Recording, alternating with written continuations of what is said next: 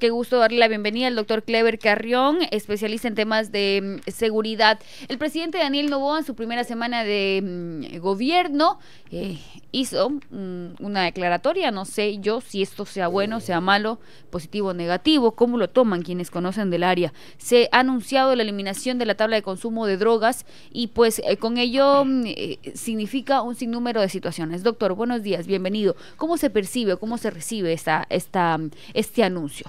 Buenos días, muchas gracias por la invitación. A ver, contextualicemos. La tabla de drogas venía siendo o estando vigente desde el 2013, cuando el CONCEP, un organismo que ya en este momento no existe, emite una resolución en donde pone umbrales para la posesión de drogas. Ahora bien, el debate nunca ha estado sobre qué pasa con los consumidores. Lamentablemente la corrupción, que hay que decirlo, la corrupción de jueces, fiscales y policías ha tergiversado el objetivo misma de la tabla, porque la tabla lo que ponía es de que daba una objetividad para que se me califique como consumidor. El problema está en que también los microtraficantes se han utilizado y se aprovecharon de esto, porque los umbrales en ciertos casos, por decir en el caso de la marihuana, 10 gramos era muy elevado y 10 gramos podrían ser más de 10 tamuguitas, poniéndole a menos de 0.8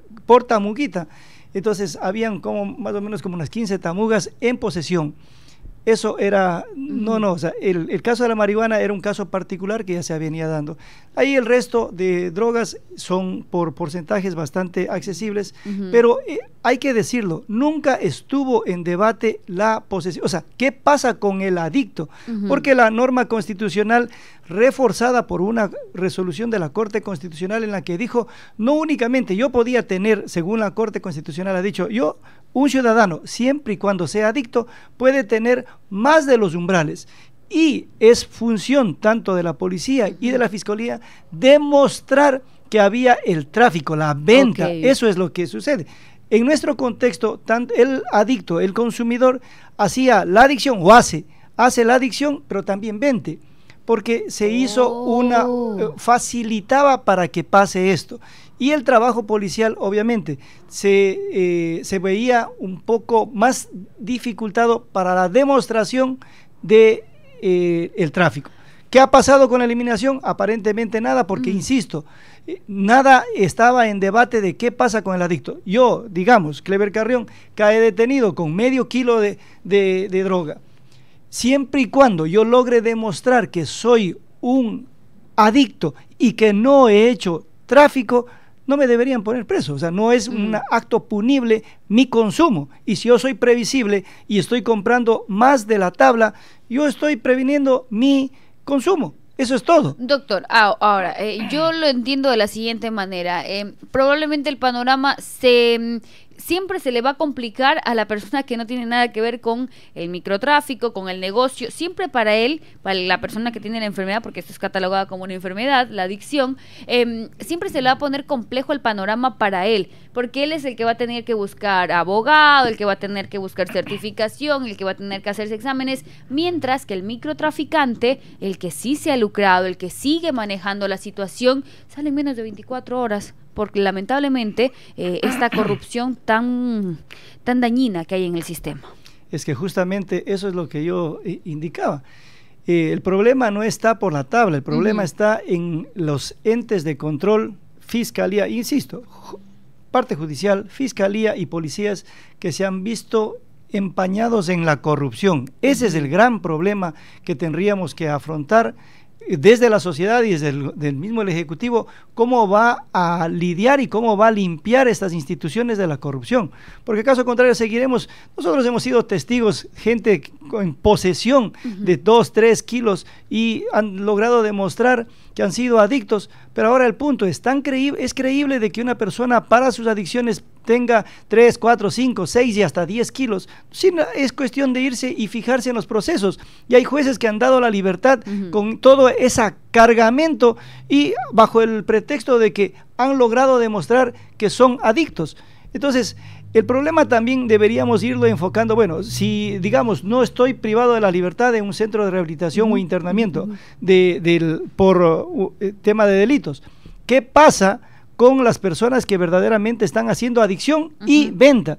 Entonces, porque tendríamos una dualidad ahí. Por un lado soy adicto y por otro lado soy traficante. ¿Qué es lo que opera? O me ves como un enfermo o me ves como un infractor de la ley. Yo diría, deberíamos verlo como un infractor de la ley. Y aprovechando la oportunidad de que está privado de la libertad, ponerlo en tratamiento. Nada de esas cosas hacemos. Cuando el gobierno activa tanto al Ministerio del Interior como al Ministerio de Salud Pública, no se equivoca. El problema está en cuánto van a poder hacer verdaderamente lo que deben hacer, porque esto no es nuevo. Desde el 2008 los adictos son vistos bajo la lupa de enfermos y como tal no deberían estar privados de la libertad. Es decir, no está penado, no está tipificado un consumo de drogas aquí en el Ecuador. ¿Cómo tratar a una persona adicta si no hay el espacio para tratarlos, para rehabilitarlos? Los mismos CRS, centros de rehabilitación, ¿de qué rehabilitación hablamos si dentro de las cárceles hay más droga que acá afuera, doctor? Hay más droga y hay muy pocos psicólogos como para que hagan este tratamiento. En algunos casos necesitan psiquiatría, ¿no? Claro, y el Estado desaprovecha una oportunidad terrible, tremenda ahí, porque ahí debería ser el espacio suficiente o el momento adecuado para que verdaderamente exista esa rehabilitación en las adicciones y también conductual. Debería, porque según la ley, estas personas están privadas de la libertad porque han cometido, de cierta manera, algo contrario a la normativa vigente, porque si usted intenta rehabilitar a una persona estando libre, se complica, pues, doctor. Nadie puede privar de la libertad a otra persona sin que haya cometido algún tipo de hecho, ¿no? Es que justamente ahí viene el problema. Nosotros necesitamos hacer análisis de profundidad. Los tratamientos aleatorios está demostrado científicamente, no porque lo diga, sino porque hay estudios que están determinando aquello. Lo aleatorio no sirve para la rehabilitación porque sucede que el adicto desde las 8 de la mañana a 5 de la tarde está muy bien portadito. Sale a la calle y vuelve a tener esa tentación, y como la adicción es tan fuerte, ahí vuelve a recaer. Ahora, otro asunto, nosotros tenemos ya enfocado como un problema de salud pública. Pensemos, este enfermo que está visto desde parte del Estado, este enfermo, ¿dónde obtiene su medicina? Porque la rehabilitación es proporcionalmente inversa al consumo. Si yo estoy consumiendo 5 gramos, debo ir limpiándome poco a poco y voy proporcionalmente a la inversa, dejando mi adicción.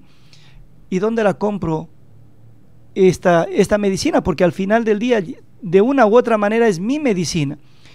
Como no hay un lugar oficial para la compra y venta de esto, para la venta sería, o para la compra, en el caso de que si yo fuera adicto, tengo que recurrir al mercado informal. Y el mercado informal, lamentablemente, siempre está en lugares deprimidos, donde no es únicamente la venta de drogas, sino también hay otros indicadores que nos han hecho daño a la sociedad. Y ahí está una de las cosas que hemos estado diciendo. Esta tabla, de una u otra manera, ha incrementado el microtráfico. Ojalá que ahora la gran tarea le queda tanto al Ministerio de Salud Pública como al Ministerio del Interior.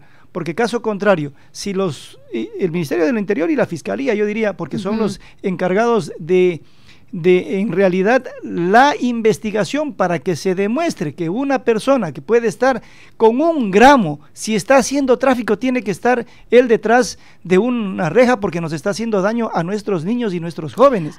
No es que se está criminalizando la pobreza, eso hay que poner en blanco y negro. Yo no creo que se criminalice la pobreza porque el consumo no está únicamente en las personas deprimidas, sino está casi en toda nuestra sociedad. Alguien me decía, ¿y si legalizamos la comercialización de drogas en el país y hacemos que quienes se dedican a esta actividad paguen impuestos? Yo me puse a pensar, ¿esto es real en la cabeza de una persona racional, doctor? Vamos al corte y al volver lo conversamos. Doctor, ¿es posible que en algún momento de la historia se legalice la comercialización? ¿Es comercialización o el consumo? ¿Cómo sería? Comercialización y consumo debería. Sí. ¿Puede pasar? Si nosotros nos ubicamos entre 1945 a 1950, estaríamos bajo la regulación del consumo del whisky. Sucedía lo mismo. Teníamos mafias sicilianas, mafias en Norteamérica, todas provocadas por el contrabando del whisky. Y la sociedad estaba regulada en su consumo. Como los estados son inoperantes y no, al final del día, no logran controlar todo lo que significa el mercado negro de este tipo de situaciones, narcotráfico, tráfico de armas y todo lo que significa, en el específico, narcotráfico. Va a llegar un momento en que vamos a tener que regularizar tanto la comercialización como el consumo. Este momento, en blanco y negro, tendríamos regulado el consumo, porque ya no vemos como una irrupción a la norma el consumo. El consumidor hay que ponerlo en una arista distinta. Es un adicto. Y un adicto es un enfermo. Entonces ya no habría debate. Lo que tendríamos que ver es el tema de la comercialización. La comercialización, sí, en realidad, poco a poco deberíamos ir creyendo más en el ser humano, en la autonomía de la voluntad. Si una persona no está obligada, en la medida de que tengamos la libertad suficiente, al igual que todos quienes nos escuchan y nos ven, tienen esa misma libertad de coger un whisky, destaparlo y tomárselo. Y luego, en el efecto de esta sustancia, será responsable de sus consecuencias. Lo mismo debería pasar con cualquiera de estas sustancias. En la medida de que nosotros como ciudadanía seamos más educados. Entonces hay que apostar más a la educación para que tengamos las alertas suficientes de que yo, no el Estado, yo como ciudadano, sea el que asimilo y tomo esta voluntad, o consumo o no consumo. Ahora, pero las leyes, no sé cómo funcionan aquí todavía, doctor, no llegó a esa parte en la educación de derecho, pero las leyes a una persona que está bajo los efectos del alcohol o bajo los efectos de algún tipo de sustancia, ¿se los deriva y no se los hace cumplir pena o cómo funciona? No, sí se deriva y más bien es un agravante eso. Okay. O sea, hay cosas que nosotros tenemos como unas taras, por eso es combinarles a la asamblea. Esos son los cambios de profundidad que necesita la sociedad ecuatoriana. No que estén dedicados a sus rencillas o a sus retaliaciones políticas o a una agenda política en desmedro de las verdaderas cosas que necesita el país. El país necesita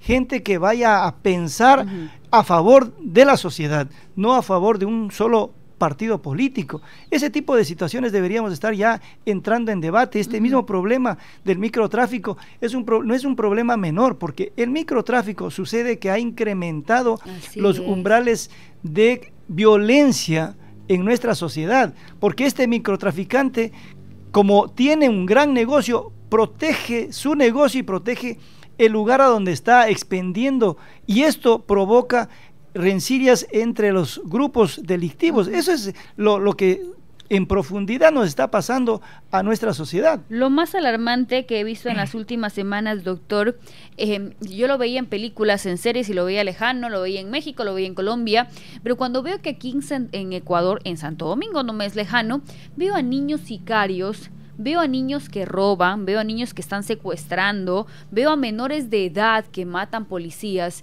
y que algunos, en la mayoría de sus casos, están bajo los efectos de algún tipo de droga para incentivarlos, porque es lo que hacían en otros países. Y tú ves que a este grupo prioritario de niños que deberían estar estudiando, los están formando en escuelas de sicarios y los están formando en el consumo. Doctor, ¿qué está pasando como sociedad? Lo que no se alcanza a ver, que la educación no llega a ciertos estratos sociales.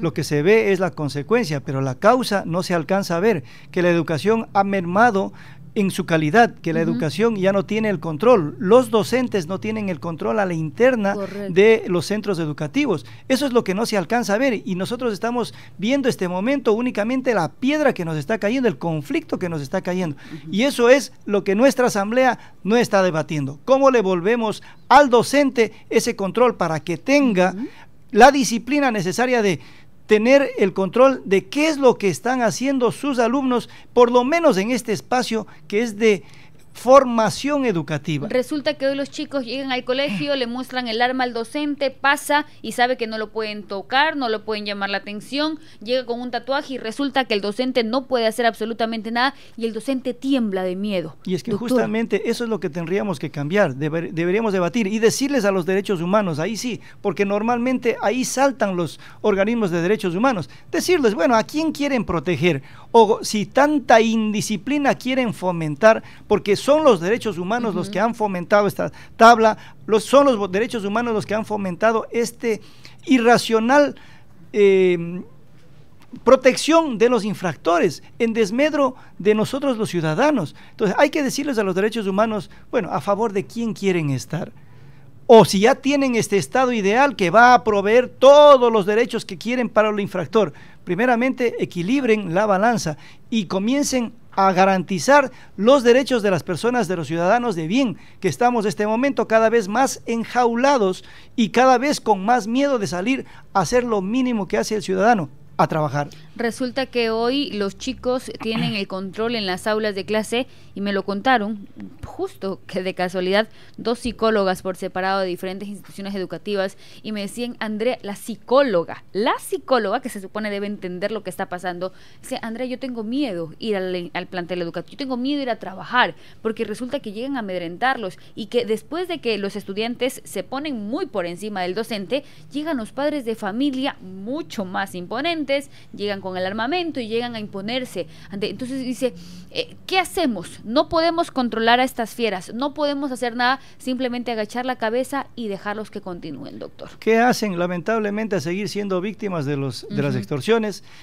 a seguir siendo víctimas de este dominio irracional de personas que se creen estar por encima de la ley y a estar ahí con la pasividad en el terreno que es de ellos, de formación educativa. O sea, estamos enfrentando una locura. O sea, ¿cómo vamos a tener una mejor sociedad si estamos con estas taras de deformación social? Y lo más complejo es que esta persona o este adolescente, este niño, este joven, llega a seguir reclutando dentro del mismo plantel educativo, llega a expandir el mismo microconsumo dentro de los planteles educativos, doctor. ¿Se lo puede controlar ahorita?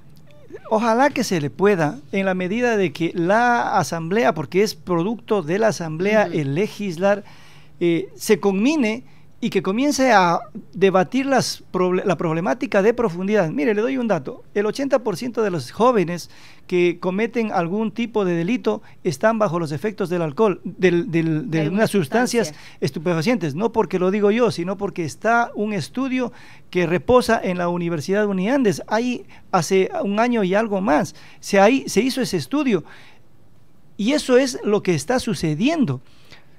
Pero frente a aquello, seguimos sosteniendo taras que robustecen a la actividad informal, ilegal, frente a una sociedad que poco o nada quiere hacer por el miedo, porque este momento estamos presos del miedo y la sociedad en su conjunto no quiere reaccionar. Muchos dicen es muy corto el tiempo que tiene el señor Daniel Noboa para hacer cambios. Yo creo que cuando hay voluntad y decisión sí se puede hacer algo, doctor. Por supuesto, si es cuestión, hay ciertas cosas que de la parte administrativa se podrían ya comenzar a hacer.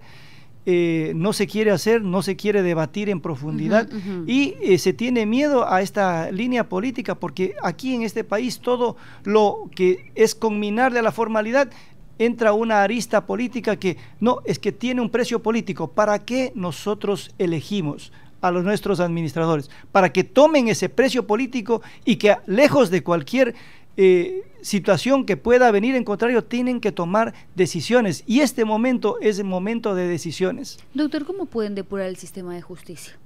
Fácilmente. Sabe que hay cosas que aquí en nuestro cantón se suenan tanto. ¿Cómo se depura?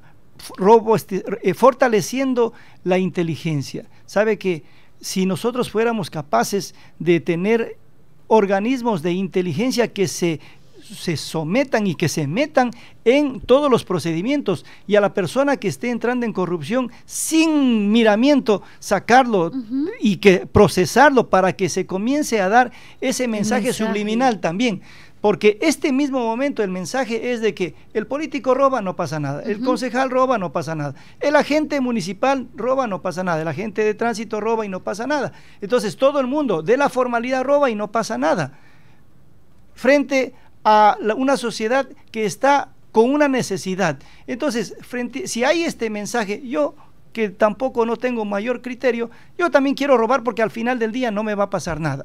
Entonces, ese tipo de situaciones que parecen una utopía, que no es tan una utopía, sino que se requiere gente honesta y gente con capacidad y voluntad, pero acompañado de una normativa, y que el Ejecutivo y el Estado en su conjunto se despierte, porque caso contrario estamos siendo dominados no únicamente por el narcotráfico, sino también por la delincuencia. Miren, este mismo momento nosotros estamos debatiéndonos en que no tenemos empleo, ha caído el empleo, uno de cada 3 personas tienen empleo formal, Andrea. 1 de cada 3 personas tienen un empleo formal, o sea, un empleo no el mejor, sino que un empleo que es aceptable. Frente a esto, ¿qué estamos haciendo? Cada vez la actividad comercial se está mermando. ¿Sabe por qué? Porque siguen teniendo los vacunadores una tierra en donde nadie está reaccionando. Lo que acaba de pasar en Durán es desastroso. Lo que pasa todos los días en nuestro país es desastroso. Hay gente que cree que está por encima de la ley y la misma ley, el mismo Estado, no los está encasillando donde deben encasillarlos. La Asamblea Nacional juega un papel importante, como siempre. Yo sí creo definitivamente que más que responsabilizar a los gobiernos es el primer poder del Estado. De ellos depende todo, doctor, también. Bueno, la Asamblea sí tiene mucha participación, en realidad de ahí nacen las leyes. Este mismo momento estamos despertándonos, o ya la semana anterior se daba la primera ley de justicia o equidad salarial. Yo digo, bueno, ¿hasta dónde está bien sostener todas estas inequidades? ¿Y sabe a qué me refiero? ¿Por qué un empleado público tiene 30 días de vacaciones y un empleado privado? Usted, quienes estamos aquí, tenemos únicamente 15 días. ¿Qué es lo que hacen los empleados del servicio público que no hacemos los privados? Y el servicio público gana más. Y justamente, y ese tipo de taras son las que no se quieren debatir. ¿Queremos tener un país de igualdad? Pues hablemos de ese tipo de situaciones y vamos a equilibrar para que no existan funcionarios de primera y funcionarios de última ratio. Y peor, ni se diga la parte privada. O sea, tenemos que tener debates en profundidad, esos debates que no están existiendo en este mismo momento en la Asamblea. No hay la capacidad, doctor, para ese tipo de debates. 8 de la mañana con 1 minuto. ¿Qué le espera al Ecuador en los próximos días? Dificultades. Sabe que si vamos por la parte económica, grandes dificultades. Complicado. Tenemos un gran problema con el pago de la nómina de diciembre y eso nos va a nos llama mucho la atención. Este mismo mes está siendo pagado con 132 millones tomados, ¿sabe de dónde? De los créditos que deberían estar para las MIPYMES, es decir, tenemos menos productividad, porque ¿con qué se saldó los sueldos de la burocracia? Con un crédito a la CFN, la Corporación Financiera Nacional, dicho por el mismo Estado o por el mismo gobierno. Eso quiere decir menos dinero en productividad. ¿Acaso vamos a salir de esta problemática con todas estas taras? Necesitamos entrar en debates en profundidad, el tema de los subsidios, el tema tributario, que esta ley de económica urgente que ha sido elevada a este momento y que esperamos que esta semana comience su debate, poco o nada va a ayudar a esta gran brecha de más de 5.000 millones de dólares de déficit fiscal. No se van a poder suplir con gastos o dinero proyectado para el 2024, porque esto será para el 2024 y ojalá que la Asamblea, con todos los pactos que tiene, en la seriedad que requiere el Estado, por lo menos debata y tengamos un esperanzador 2024, cosa que no difícil. Por ser un agorero de la mala suerte para la sociedad ecuatoriana, esto es lo que se está proyectando.